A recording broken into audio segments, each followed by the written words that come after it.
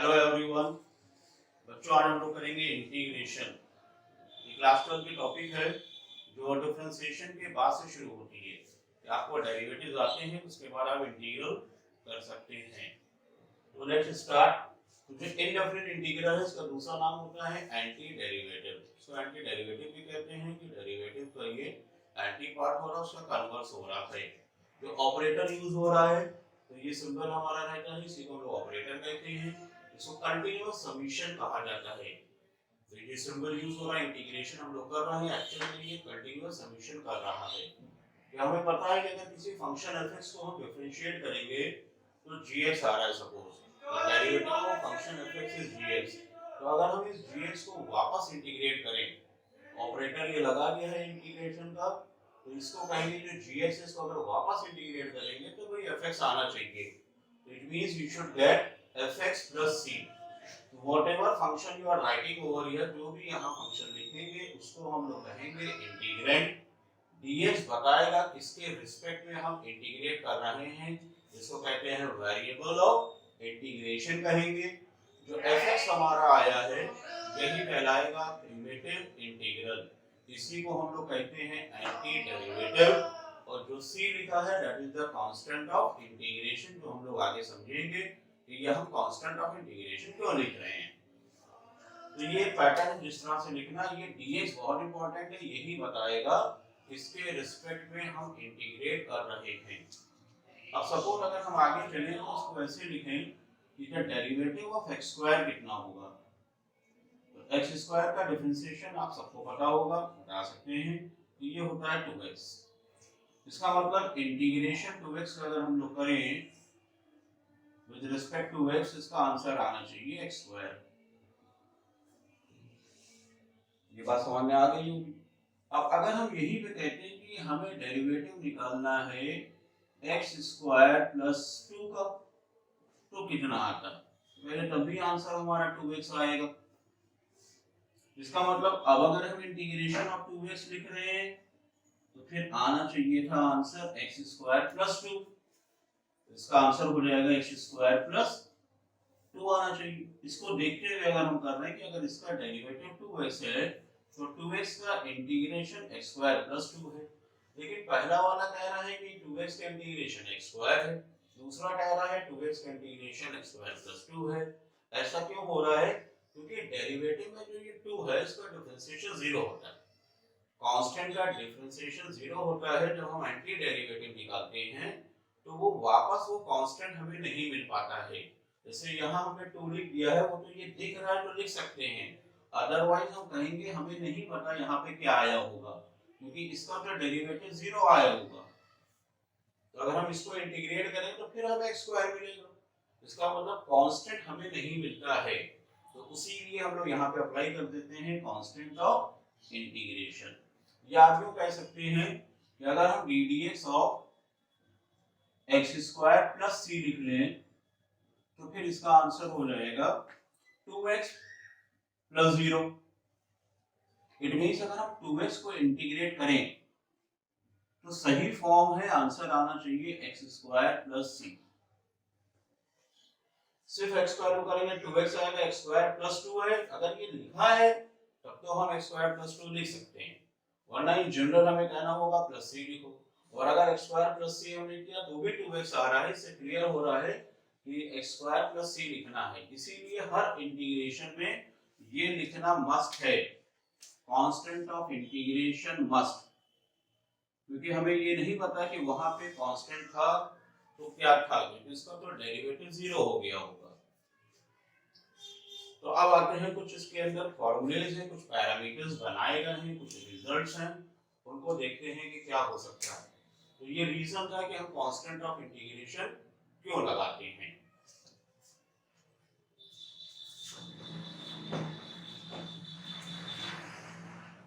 अब नेक्स्ट हम लोग देखेंगे कुछ फॉर्मूलेज,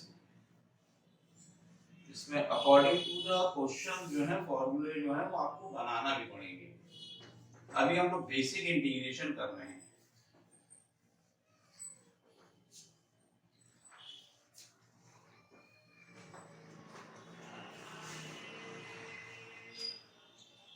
अगर भी लिखा हुआ है integration of x to the power n+1 upon n+1 derivative of this. अगर हम डिफरेंशिएशन निकालें तो क्या आना चाहिए? देखिए इंटीग्रेशन के जो फॉर्मूले होते हैं वो डेरिवेटिव से ही आते हैं। अगर आपको डेरिवेटिव के फॉर्मूले अच्छे से याद हैं तो उसी को रिवर्स करके आप इंटीग्रल का फॉर्मूला बना सकते हैं। जैसे हमने लिखा इसका डिफरेंशिएशन क्या होगा, इसका डिफरेंशिएशन हो जाएगा n+1 x to the power n+1 -1। Finally we are getting x की पावर n आ रहा है। इसका जो डेरिवेटिव है वो x की पावर n है। इसका मतलब हम कह सकते हैं कि इंटीग्रेशन ऑफ x की पावर n dx के रिस्पेक्ट में होना चाहिए ये function. It means x to the power n+1 upon n+1 plus c। तो यही हमारा सबसे पहला फॉर्मूला प्रूव होता है कि x की पावर n का जो इंटीग्रेशन होगा वो x की power n+1 upon n+1 plus c होगा। मतलब हमें x की जो पावर है वो ऐड कर देनी है 1, जो भी 1 ऐड करके आएगा उसको नीचे लिख देना है। एक कंडीशन यहाँ पे है कि जो n है वो -1 नहीं होना चाहिए, n should not be -1, क्योंकि उस केस में क्या होगा, अगर हम यहाँ -1 रख देंगे तो -1 + 1 ये तो 0 नीचे आएगा तो ये इनफाइनाइट हो जाएगा। तो उसके लिए एक स्पेशल अलग रिजल्ट है हमारे पास। तो ये पहला फॉर्मूला क्रिएट हो गया। सेकंड क्या है, डेरिवेटिव ऑफ log x आपको पता है क्या होता है, कि d dx of log x with the base e ये होता है 1/x। It means from here we can say कि अगर हम 1/x को इंटीग्रेट कर दें तो इसका आंसर log x है। अब log x में x हमेशा पॉजिटिव होता है तो चाहे आप मॉड लगाइए और या मॉड ना लगाइए। इसी को हम ऐसे भी लिख सकते थे x टू द पावर -1। तो अगर x पे पावर -1 है जो वहां पे इंक्लूड नहीं था कि अगर x पे -1 है तो ये फॉर्मूला नहीं लगेगा। तो अगर x पे पावर -1 होती है then we will get the result log x आएगा प्लस कांस्टेंट ऑफ इंटीग्रेशन। ये हमारा सेकंड फॉर्मूला हो गया। अब आते हैं कुछ ट्रिग्नोमेट्रिकल फॉर्मूले की बात करें तो ट्रिग्नोमेट्रिकल में d dx और sin x इज, जो sin x का डेरिवेटिव होता है वो cos x होता है। इसका मतलब यहां से हम लोग कह सकते हैं कि अगर cos को इंटीग्रेट कर दें, cos x का जब इंटीग्रल करेंगे then we should get sin x। तो cos का इंटीग्रेशन sin x होगा। इसी तरह से sin का cos होगा तो cos का डेरिवेटिव, जो डेरिवेटिव्स तो आपको याद ही होंगे, तो cos का डिफरेंशिएशन होता है -sin x। इसका मतलब थर्ड फोर्थ फॉर्मूला तैयार हो गया कि integration of -sin x should be cos x। मतलब यहाँ पे यूं कह सकते हैं कि integration of sin x will B -cos x। तो अगर कहीं पे भी स्टार्टिंग है, स्टार्टिंग में ये माइनस मिस्टेक हो जाती है, तो जब भी आपको इंटीग्रेशन सोचना हो पहले थोड़ा सा डेरिवेटिव सोचिएगा कि cos का डेरिवेटिव -sin होता है, इसलिए -sin का इंटीग्रल cos होगा तो sin x का जो इंटीग्रल होगा वो -cos x हो जाएगा। इसी तरह से नेक्स्ट होता है tan का differentiation d dx of tan x। tan x का डेरिवेटिव होता है sec² x। tan का डेरिवेटिव sec² है, सो वी कैन से कि sec² का जब इंटीग्रेशन करेंगे तो tan x आना चाहिए। sec² का जो इंटीग्रेशन है वो tan x है। एंड नेक्स्ट है, ये था point number 5, fifth formula. tan के बाद नेक्स्ट डिफरेंशिएशन आता है, अगर cot x का डिफरेंशिएशन करें तो ये होगा -cos x। It means cos x square का इंटीग्रेशन क्या होगा, अब देखिए यहाँ पे मैंने सिर्फ cos x स्क्वायर लिख दिया है, तो इसको देख के आप कहेंगे कि माइनस cos x स्क्वायर अगर होता तो cot x आता, लेकिन ये तो cos x स्क्वायर x है, तो cos x स्क्वायर x का इंटीग्रेशन हो जाएगा माइनस cot x। नेक्स्ट अगर आप देखें तो d dx of sec x क्या होता था, sec x tan x का डिफरेंशिएशन, sec x का differentiation that is sec x tan x, sec x का derivative sec x tan x होता है, तो फिर sec x tan x का जो डेरिवेटिव होगा इंटीग्रेशन होगा sec x into tan x, इसका अगर हम इंटीग्रेट कर दें तो आना चाहिए sec x। Constant of integration सब में लगना है, प्लस सी मस्ट है, इसमें भी प्लस सी होगा। लास्ट फॉर्मूला ट्रिग्नोमेट्रिकल में है कि d dx of cosec x की अगर बात करें कि cosec x का डेरिवेटिव क्या होता है, तो वो होता है minus cosec x cot x, that means integration of cosec x into cot x,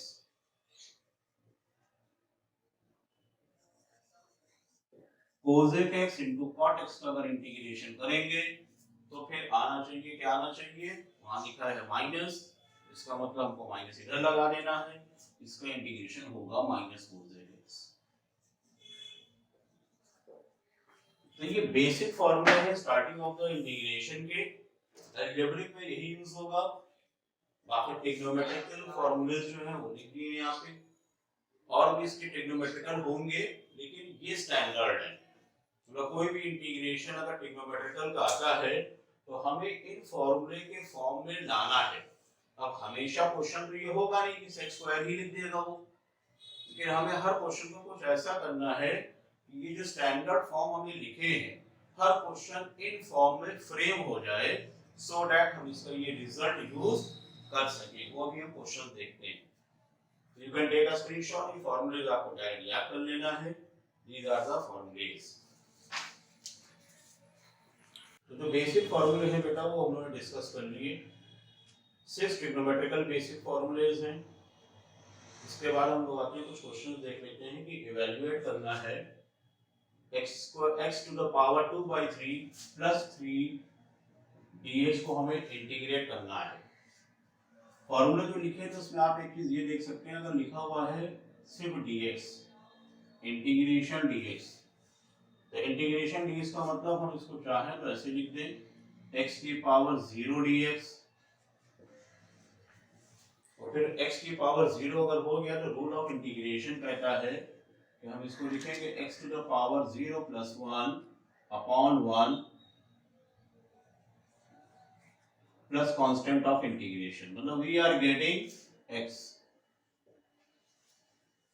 अब अगर पूरा प्रोसेस तो यही है कि अगर dx लिखा है तो 1 है, 1 का मतलब x की पावर 0 है, लेकिन हम डायरेक्टली कह देंगे कि अगर 1 है तो उसका इंटीग्रेशन x आ जाएगा, या यूं सोच लिए कि x का डेरिवेटिव 1 होता है, इसलिए 1 का इंटीग्रल जो होगा वो x होगा। इफ आई से कि integration of a dx, so directly we can say the answer will be ax। अब इस क्वेश्चन को सॉल्व करते हैं, देखते हैं कि इसमें क्या है। तो हमें इंटीग्रेट करना है x की पावर 2/3 plus 3, प्लस और माइनस अगर लगे हुए हैं तो ये प्रॉपर्टी ऑफ इंटीग्रल है कि हम उसको अलग अलग भी इंटीग्रेट कर सकते हैं। ये ध्यान रखना है, प्लस एंड माइनस, अगर दो फंक्शन प्लस में या माइनस में है तो हम उनको अलग अलग इंटीग्रेट कर सकते हैं। मतलब वी कैन से कि क्वेश्चन ऐसे लिखा है x की पावर 2/3 dx और प्लस इंटीग्रल 3 dx, और जो फॉर्मूला भी हमने बताया था ये फॉर्मूला था कि अगर x की पावर n है तो ये होगा x to the power n plus 1 upon n plus 1 plus c। This formula we'll be using over here, so the answer will be x to the power 2/3 plus 1 upon 2/3 plus 1, and the integration of 3 dx है तो ये तो directly 3x हो जाएगा। If we solve this one, you'll be getting x to the power 2/3, 3 LCM आ जाएगा 5/3, similarly ये 5/3 है तो यू विल बी गेटिंग 3/5 और प्लस 3x। ये इसका इंटीग्रेशन हो गया। सेकंड क्वेश्चन देख लिया जाए। अगर हमें इंटीग्रेट करना है 1 plus square root of x whole square upon square root of x, इसका इंटीग्रेशन निकालना है।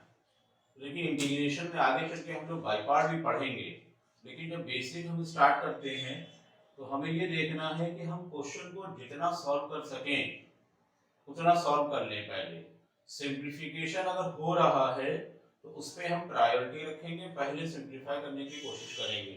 मोस्टली जो क्वेश्चंस होते हैं इंटीग्रेशन में, जब डिनोमिनेटर में कोई टर्म आता है तो यही हमारा प्रॉब्लमेटिक पार्ट होता है, क्योंकि जो अभी हमने फॉर्मूले लिखे थे उन फॉर्मूले में अपॉन में नहीं था, सिर्फ 1/x था जिसका आंसर log x आ रहा था।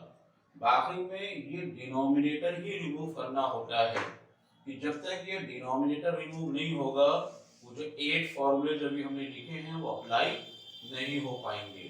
तो how to remove this denominator? अगर हम चाहें तो इसको थोड़ा सिंप्लीफिकेशन करें, we can apply the formula over here. 1 plus root x to the power 2 can be written as 1 plus x plus 2 root x divided by root x. इसको हम ऐसे लिख सकते हैं। And there are 3 terms in the numerator but a single denominator is there. तो हम इसको bifurcate कर सकते हैं। You can split it कह सकते हैं, इसको splitting कर ले तो 1/√x plus x/√x plus 2√x/√x ऐसे लिखा जा सकता है। ये फिर इंटीग्रेशन करता है कि अगर ये फॉर्मूला अप्लाई करना है तो x की पावर होना चाहिए, तो इसको अगर हम पावर फॉर्म में ले आए तो ये √x सबको पता है आपको कि x की पावर हाफ होता है, लेकिन ये डिनोमिनेटर भी जब हम इसको ऊपर ले जाएंगे तो बन जाएगा x to the power -1/2। Similarly यहाँ पे x पे 1 है पावर, इस पे हाफ है, तो वी कैन से कि this is x to the power 1 - half, या डायरेक्टली आप x to the power half लिख सकते हैं। And this √x will be cancelled off, we are getting 2। Now we are getting in the power form x to the power -half dx, x to the power half dx and integration of 2 dx। हमने इसको 3 integrals में break कर लिया है। If you want आप directly तीनों के answer भी लिख सकते हैं। अब इसमें अगर ये रूल अप्लाई कर दें n वाला, x to the power n, तो आ जाएगा x to the power -half plus 1/1/2 and this will be x to the power half plus 1/3/2, और जो 2 है 2 का इंटीग्रेशन, a का इंटीग्रेशन ax है तो 2 का इंटीग्रेशन 2x हो गया प्लस कांस्टेंट ऑफ इंटीग्रेशन। अब वैसे तो देखिए यहाँ 3 इंटीग्रेशन कांस्टेंट आएंगे, एक इसका कांस्टेंट आएगा, एक इसका c1 c2 c3, लेकिन तीनों ही कांस्टेंट हैं, so I am writing a single c, ये तीनों कांस्टेंट है, कंबाइंड कांस्टेंट c बन गया है। फर्दर सॉल्व कर लिया तो आंसर आ गया है 2, this will be 1/2 2√x, this will be 2/3, 3/2, 3/2 का मतलब होता है x√x। इसको आप अलग से देख सकते हैं कि अगर x की पावर 3/2 लिखी हुई है तो 3/2 का मतलब x into x to the power half, और we can say this is x√x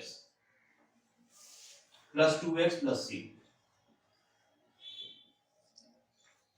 तो जब भी डिनोमिनेटर में अगर कोई टर्म आता है तो कोशिश हमारी अभी इनिशियली कोशिश यही रहेगी कि उस डिनोमिनेटर को हम हटाने की कोशिश करेंगे बाय सिंप्लीफाइंग इट। अब नहीं होगा देन लेटर ऑन फिर उसके जो है नए नए तरीके सिखाए जाएंगे कि वो कैसे हम रिमूव करेंगे। नेक्स्ट क्वेश्चन देखिए।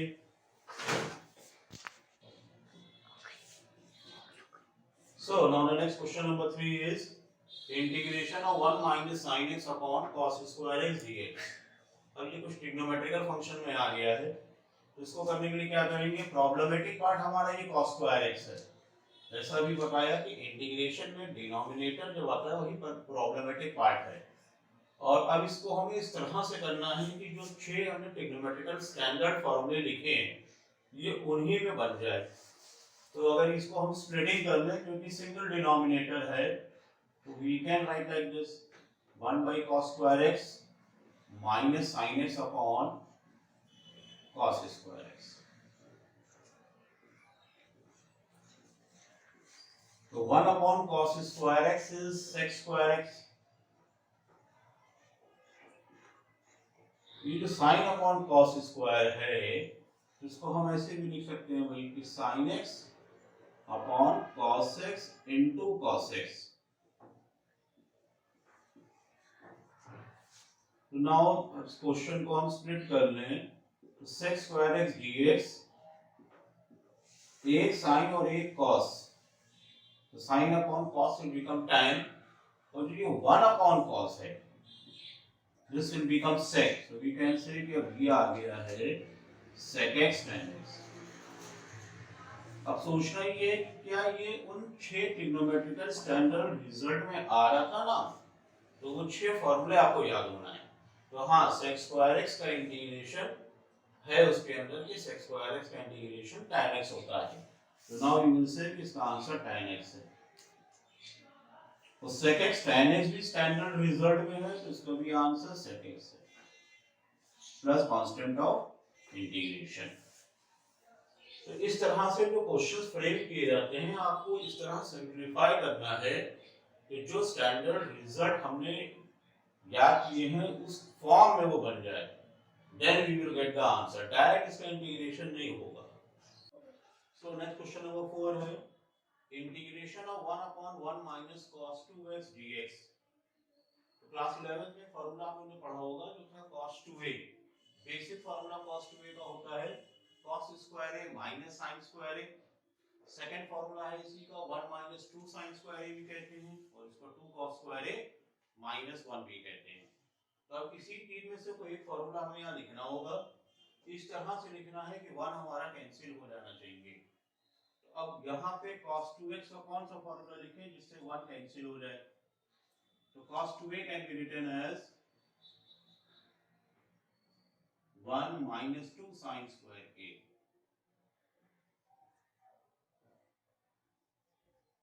ऐसे लिखने से क्या होगा, now we are getting dx upon 2 sin square x, यानी इट शुड बी x। ऐसा लिखने से हमारे पास नीचे आ गया 2 sin square a जिसको हम लिख सकते हैं अब 1 upon 2 integration cosec square x। तो cosec square का जो इंटीग्रेशन है वो स्टैंडर्ड फार्मूले में लिखा हुआ है कि cosec square will be equal to minus cot x। तो फाइनली आंसर आ गया -1 upon 2 cot x plus c। तो वो तीन फार्मूले का रिजल्ट हमने यहाँ पे यूज किया है। देखिए अगर चाहे तो आप ये फार्मूला याद कर लिया इससे कि अगर 1 माइनस कॉस एंगल कुछ भी लिखा हो, एंगल कुछ भी हो, x हो 2x हो x plus 3 हो, तो इसको हम लिख सकते हैं 2 sin स्क्वायर जो भी एंगल है उसका हाफ कर देना है। तो 1 minus cos of angle is 2 sin square half of the angle। इसी तरह से अगर 1 plus cos कहीं पे लिखा हो, इंटीग्रेशन में ये फॉर्मूला बहुत ज्यादा यूज होता है, इसको हम लिख सकते हैं 2 cos square half of the angle, जो भी एंगल है अपॉन में 2 लिख दिए। तो अगर 1 minus cos है तो sin स्क्वायर आएगा, अगर 1 plus cos है तो cos स्क्वायर आएगा। ये डायरेक्ट अगर आप रिजल्ट याद कर लेते तो इस स्टेप के बाद हम ये स्टेप डायरेक्ट लिख लेते कि 1 minus cos 2x लिखा हुआ है, so we are getting 2 sin square angle का हाफ कर देना है, यहाँ 2x है तो मैं डायरेक्टली यहाँ पे x लिखता हूँ, तो उससे ये स्टेप हमारा बच जाता है and then you will get the same answer, लेकिन ये सेम आ जाता है। इसी पे एक और क्वेश्चन देख लेते हैं, question number 5 integration of 1 minus cos 2x 1 plus cos 2x,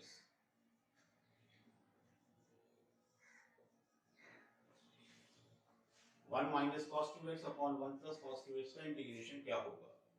अब देखिए जो अभी हमने फॉर्मूले लिखे हैं दोनों आराम से इसमें लग जाएंगे। तो जो हमने 1 माइनस cos 2x लिखा है it can be written as directly 2 sin square और एंगल का हाफ करना है 2x का हाफ कर देंगे तो x। सिमिलरली डिनोमिनेटर में 1 plus cos है तो 2 cos स्क्वायर और एंगल का हाफ किया तो x। फाइनली हमारे पास आ रहा है tan square x, tan square x dx। अब सोचना ये है कि क्या tan स्क्वायर x हमारे स्टैंडर्ड फॉर्मूले में है। तो सिर्फ दो ही ऐसे स्क्वायर हैं जो स्टैंडर्ड फॉर्मूले में है, एक sec स्क्वायर का इंटीग्रेशन होता है और एक होता है cos स्क्वायर। बाकी किसी भी ट्रिग्नोमेट्रिकल फंक्शन के स्क्वायर या क्यूब का डायरेक्ट रिजल्ट नहीं है।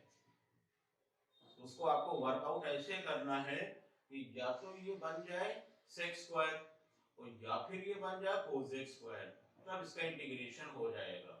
जब ऐसा आप सोचेंगे तो जो tan स्क्वायर x है इसका रिजल्ट याद आया कि sec square theta minus tan square theta 1 होता है।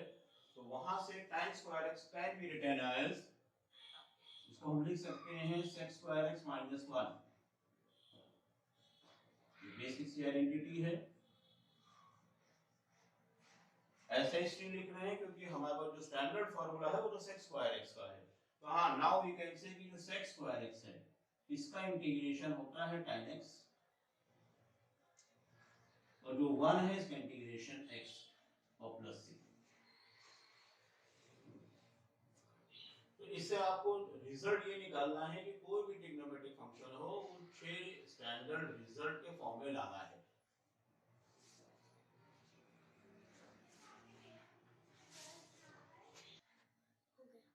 सो अलजेब्रिक और ट्रिग्नोमेट्रिकल फॉर्मूले से रिलेटेड हम लोगों ने कर लिया है। अब आगे देखते हैं कुछ और फॉर्मूलेज हैं। d dx of e to the power x, इसका डेरिवेटिव आपको याद ही होगा कि d dx of e to the power x होता है। इसका मतलब वी कैन से कि इंटीग्रेशन ऑफ e की पावर x जो होगा वो भी e की पावर x ही होगा। इसी तरह से derivative of a to the power x, तो फॉर्मूला था a to the power x into log a